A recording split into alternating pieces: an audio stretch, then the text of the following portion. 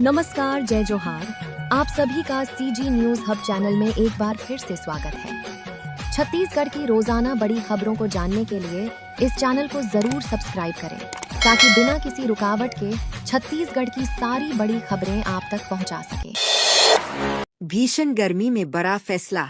Ration दुकान की timing बदली, सुबह 7 से रात 9 तक मिलेगा राशन। भीषण गर्मी को देखते हुए सरकार ने आम लोगों को राहत देने के लिए बड़ा फैसला लिया है। अब राशन लेने के समय में बड़ा बदलाव किया गया है। राज्य में लगातार बढ़ती गर्मी और लू के चलते आम लोगों को काफी परेशानियों का सामना करना पड़ रहा है। खासतौर पर राशन लेने के लिए लंबी कतारों में खड़े लोगों को तेज धूप में दिक्कत हो रही थी। इसी को ध्यान में रखते हुए प्रशासन ने बड़ा फैसला लिया है। अब राशन दुकानों की टाइमिंग बदल दी गई है। नई व्यवस्था के अनुसार सुबह 7 बजे से दोपहर तक वितरण होगा। दोपहर के समय वितरण पूरी तरह बंद रहेगा।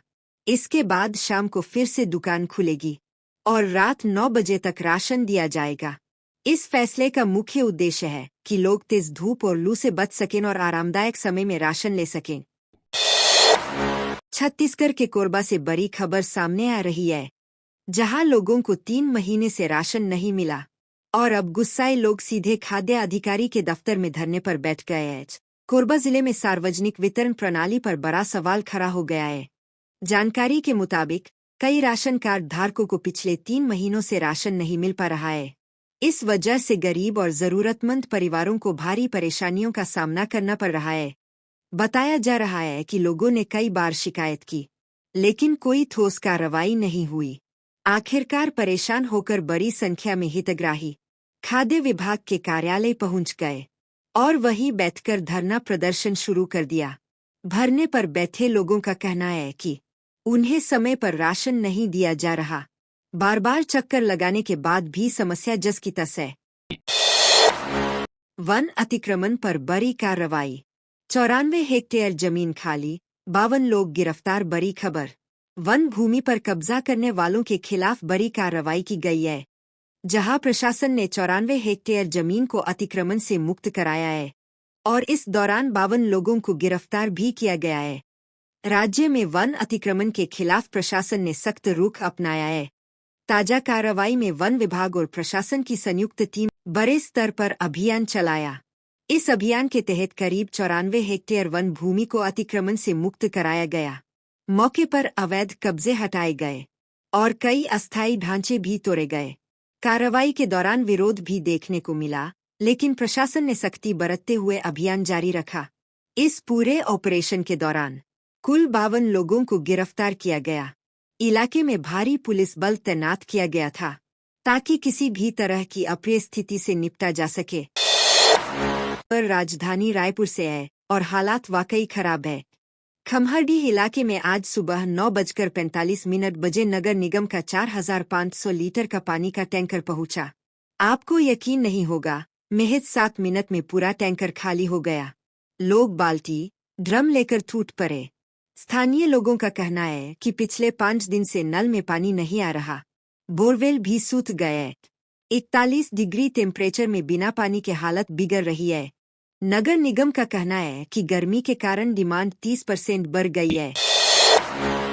गर्मी सिर्फ इंसानों को नहीं, जानवरों को भी तोड़ रही है।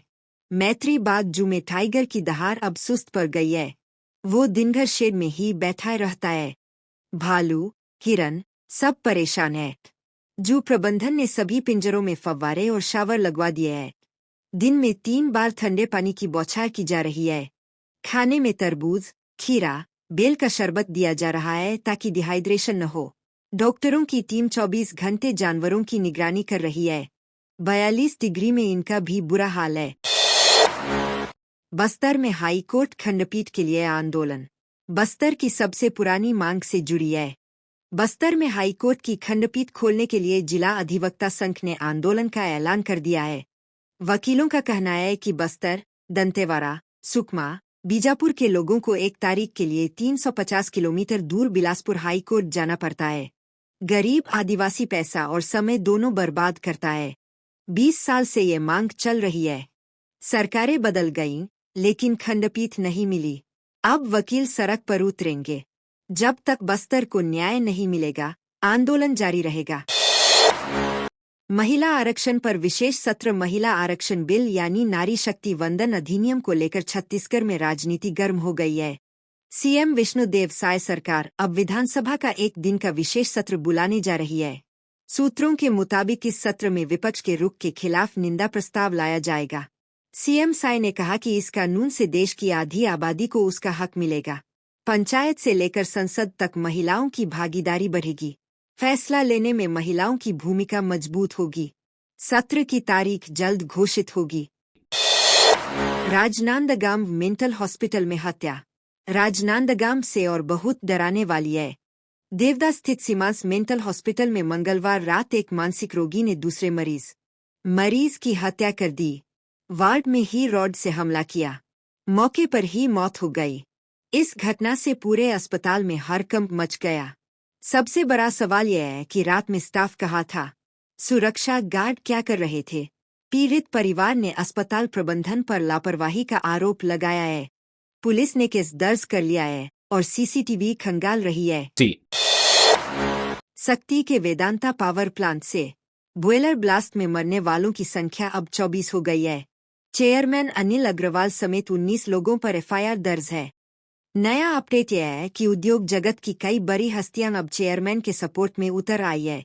उनका कहना है कि जांच पूरी हुए बिना किसी को दोषी ठहराना गलत है। हो सकता है तकनीकी खराबी हो। उधर मृतकों के परिजन धरने पर बैठे हैं। 50 लाख मुआवजा और परिवार के एक सदस्य को नौकरी की मांग कर रहे हैं। में 308 करोड़ के विकास कार्य। मुख्यमंत्री विष्णुदेव साय ने आज नक्सल प्रभावित सुकमा में 308 करोड़ रुपए के 228 विकास कार्यों का भूमि पूजन और लोकार्पण किया। इसमें 50 नई सड़कें, 12 पुल, 5 अस्पताल, 20 स्कूल और 100 मोबाइल टावर शामिल है। सरकार का साफ मैसेज है कि बस्तर में अब गोली नहीं, बोली चलेगी। विकास चलेगा। शांति के साथ रोजगार आएगा तो युवा भटकेगा नहीं। स्थानीय लोगों में खुशी है कि अब पलायन रुकेगा।